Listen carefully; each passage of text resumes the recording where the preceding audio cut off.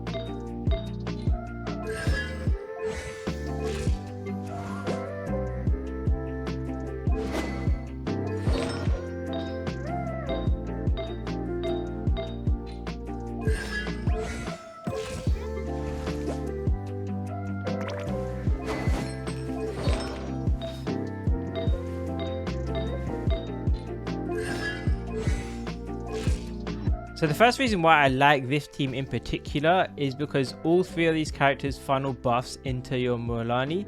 With just C0 and her weapon, or even with Sith if you don't mind some RNG, she can pack a big punch.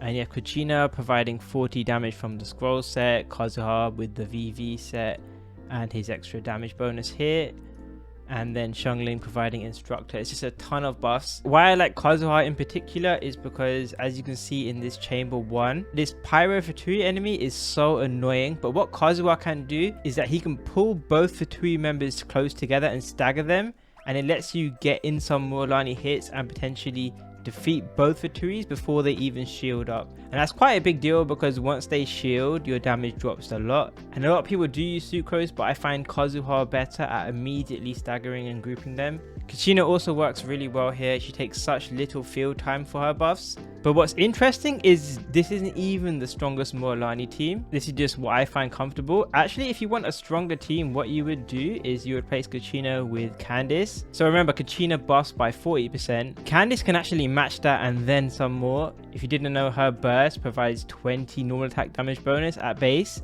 And then if you have her over 40k HP, which is not that hard to do, you get an extra 20%. So from her burst, you get 40% normal damage bonus. And then on top of that, she can take your Kuchina's scroll set, and non-Natlan characters get 12% damage bonus, but that is 52% damage bonus total from Candace. And then on top of that, because you're playing Hydra Resonance, you then get 25% extra HP. A lot of players are actually using Black Tassel, so it makes it really easy to hit that high amounts of HP. And you don't even need constellations, it's just that this C2 is really good because by increasing her max HP, you increase her buffs, obviously. And then the most interesting support is xiangling, because actually, what I'm using Fav and Instructor, but there are people who are testing scrolls and getting good results from this. There are people even using Archaic Petra and getting good results with this. The xiangling set is just very flexible. You have to just see what works for you and your team. And yeah, another one of xiangling's biggest strengths in this team is that you can sometimes use Pyronado, you can sometimes use guoba, you can use both of them. She's very flexible in regards to that. And as you saw in my run, sometimes I just use guoba. And the interesting thing is in chamber 3, I basically don't have enough damage